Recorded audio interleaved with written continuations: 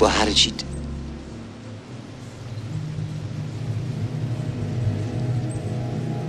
You think I did it? Welcome to Watch Mojo, and today we're counting down our picks for the scenes that didn't make it into the final cut, but would have drastically altered the movie if they had. There will be spoilers ahead. Be prepared for anything.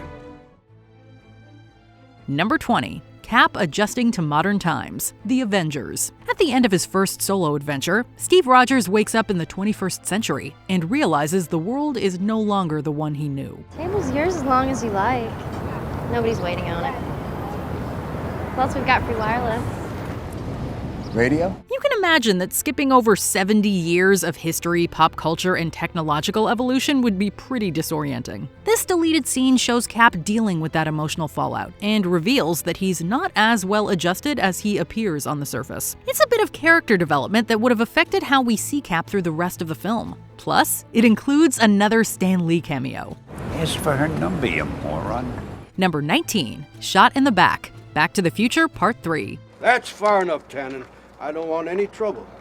You stay out of my way and there won't be none. We knew Buford Mad Dog Tannen was dirty, but shooting an unarmed man in the back in front of his young son is especially evil. This deleted scene not only tells us just how rotten Tannen is, it also explains a lot about the Strickland legacy. In the franchise's modern day, Principal Strickland is obsessed with discipline. If your grandfather watched his dad get gunned down by an outlaw, it would presumably have a lasting impact on your family's way of thinking too. No wonder Principal Strickland never turns his back on a slacker. I've never seen you before in my life, but you look to me like a slacker.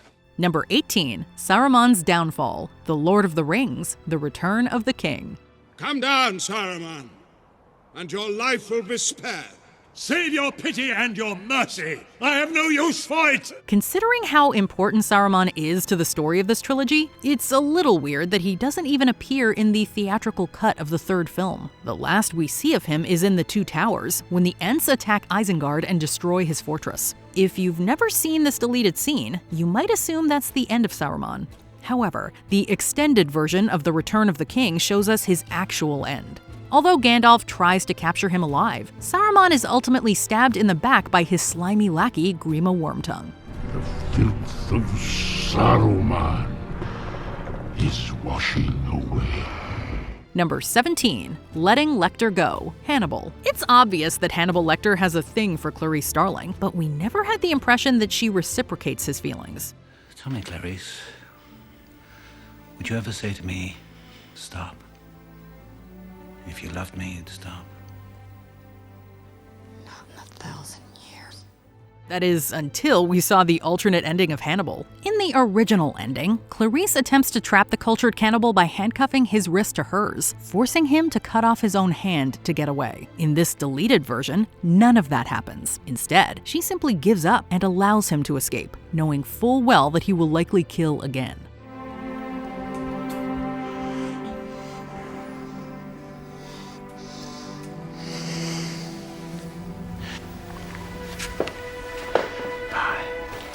The scene paints Starling and her relationship to Lecter in a completely different light, and makes us wonder if she found herself falling for him after all. Number 16. The Manager Knew All Along, The Shining. In this Stanley Kubrick classic, Jack Torrance slowly loses his mind while working as a hotel caretaker.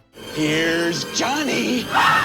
The finale culminates with Jack trying to murder his wife and son, who escape, leaving Jack to freeze to death. That's the last we see of them, but the original script included one more scene. In the lost footage, the hotel manager visits Wendy and Danny in the hospital, telling them that nothing unusual was found in the empty hotel. He then tosses Danny a tennis ball just like the one used by the hotel's ghosts to lure him in. Is the manager a ghost too? Did he set up the family to be murdered? This ambiguity is exactly why test audiences didn't respond to the scene.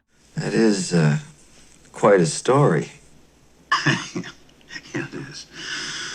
Oh, it's still hard for me to believe it actually happened here. But it did. Number 15. Ferris Is a Thief, Ferris Bueller's Day Off. If the audience doesn't consider Ferris to be a likable guy, this movie really doesn't work. They all adore him.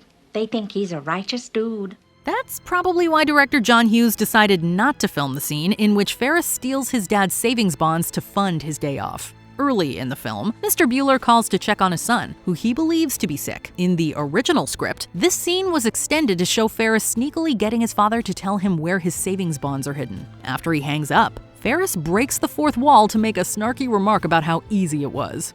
Incredible. One of the worst performances of my career, and they never doubted it for a second.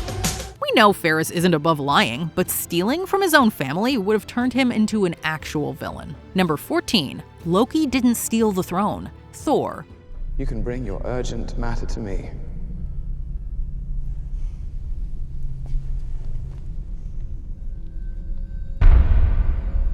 You're king.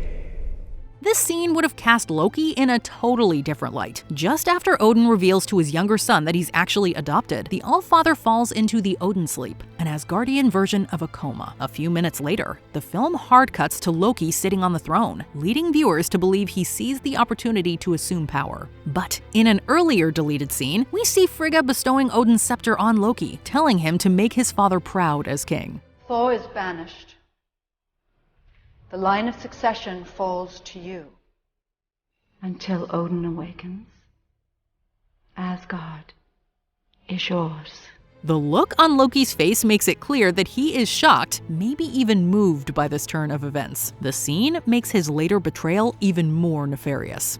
Number 13. Peter's dad, The Amazing Spider-Man 2. One of the quintessential aspects of Peter Parker's character and backstory is that his parents are dead. So what if we found out that his father is actually alive? In a deleted scene near the end of the film, Peter is mourning Gwen Stacy when his supposedly dead dad shows up out of nowhere. What? What? Say it! Say what you want to say! What do you want to say? Where you been?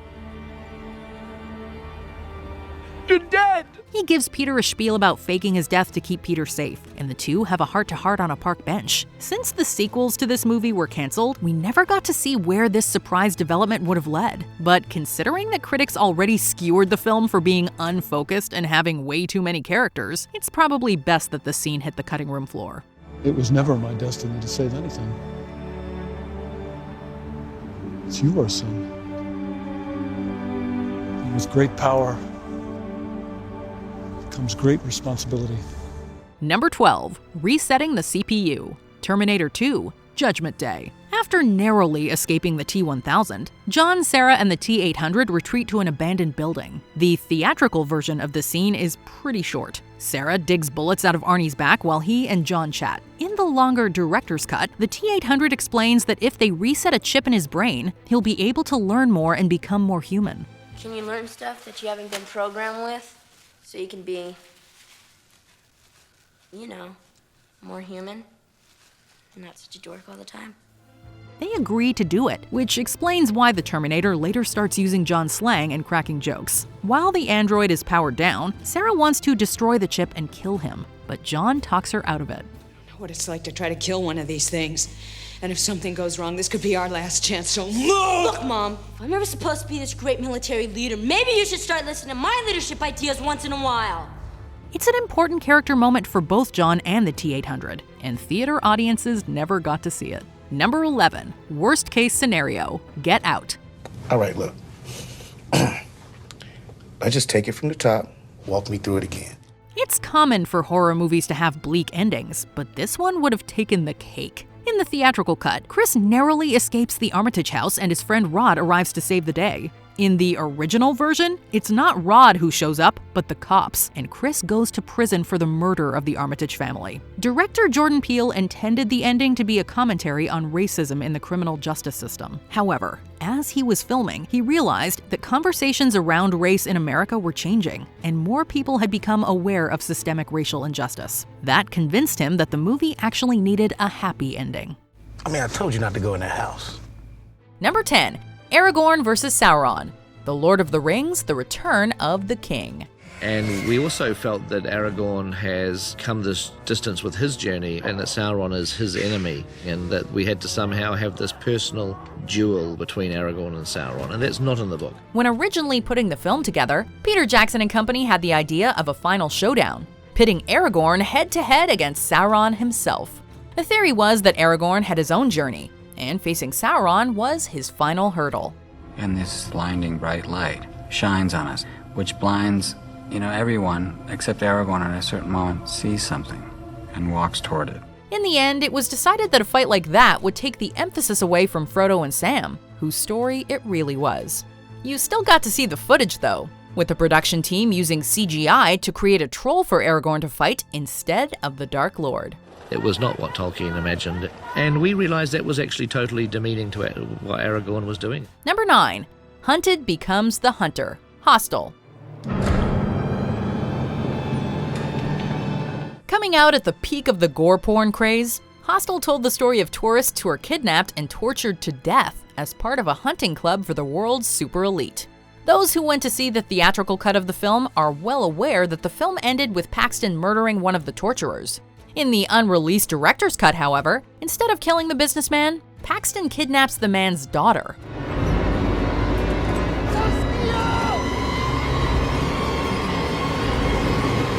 It's a much darker tale, as instead of simply killing the businessman, Paxton's lust for vengeance makes him a monster.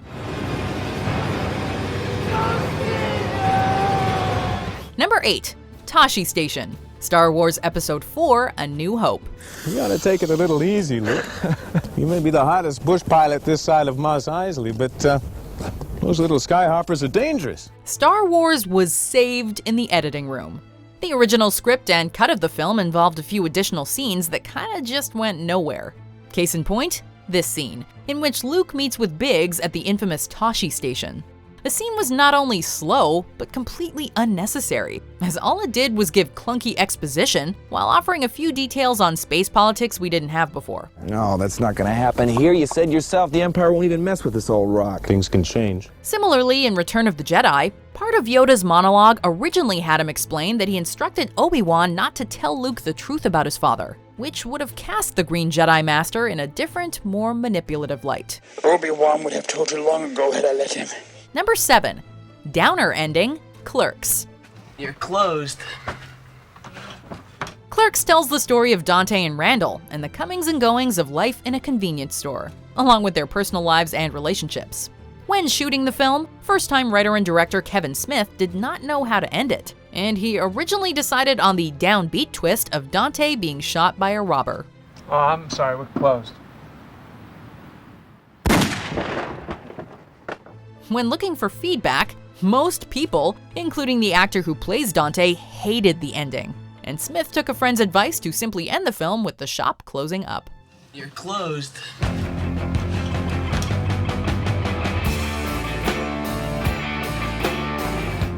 Number 6.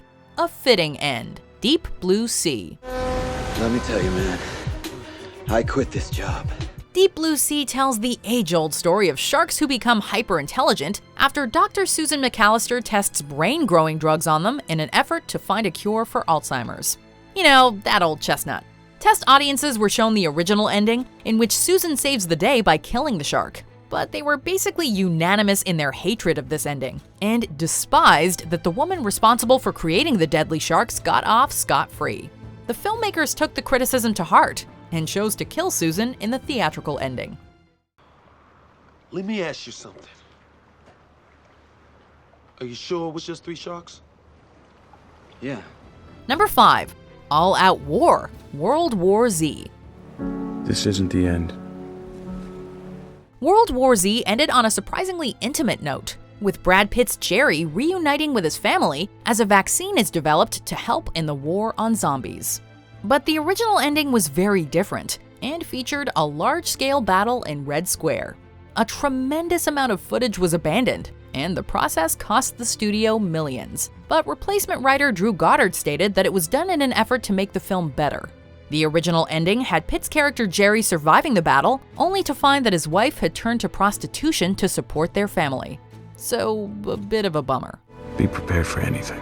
Number 4. Becoming a Legend, I Am Legend. Open the door, please. The book that I Am Legend is based on tells the story of a man who sneaks out during the day to hunt vampires, building up to his realization that to the vampires that he stalks and murders, he's the monster. In the original ending to the 2007 film adaptation, Will Smith's Robert Neville realizes that he is under attack simply because the creatures want back the female creature he kidnapped for testing, and upon returning her finds that he's become the true monster.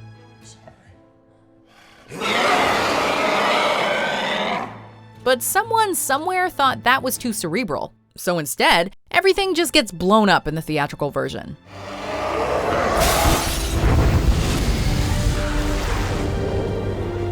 Number 3, Frame Job, Fatal Attraction. Excuse me, you said homicide? That's right.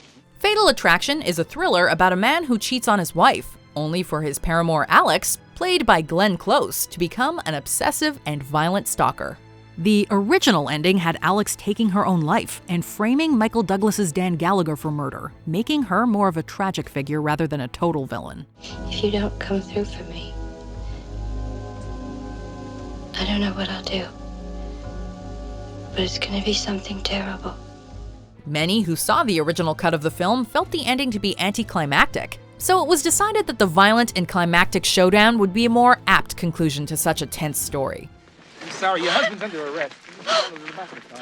Number 2, And the Plants Take Over, Little Shop of Horrors. Fans of the stage musical probably noticed that the ending of this film didn't ring true to the original show, but the original cut did. In the theatrical movie, the flesh-eating plant Audrey 2 is destroyed, and Seymour and his love interest Audrey live happily ever after in the suburbs. The original cut of the movie was straight out of the show though, which featured Audrey 2 eating both main characters before spreading around the world and growing larger and larger until it was powerful enough to take over the planet. Test audiences hated it, however, so the safer ending was shot and presented instead.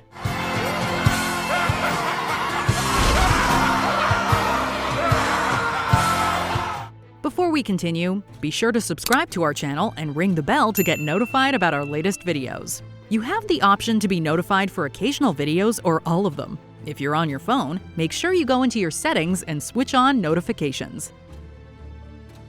Number 1, A True Finale, First Blood. I want you to do it. Don't let them do it. The original rough cut of First Blood was over 3 hours long and complete garbage, according to Sylvester Stallone. After it was cut down to just 93 minutes, one scene that didn't make it was this conclusion from the book, in which Rambo takes his own life rather than be taken into custody.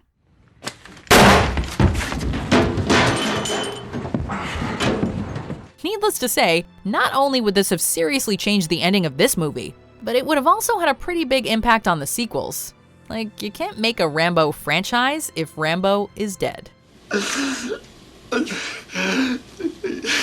Which deleted scene do you wish had stayed in the movie? Let us know in the comments below. Well, take it easy, buddy. You'll always be the best friend I've ever had. So long, Luke. Did you enjoy this video?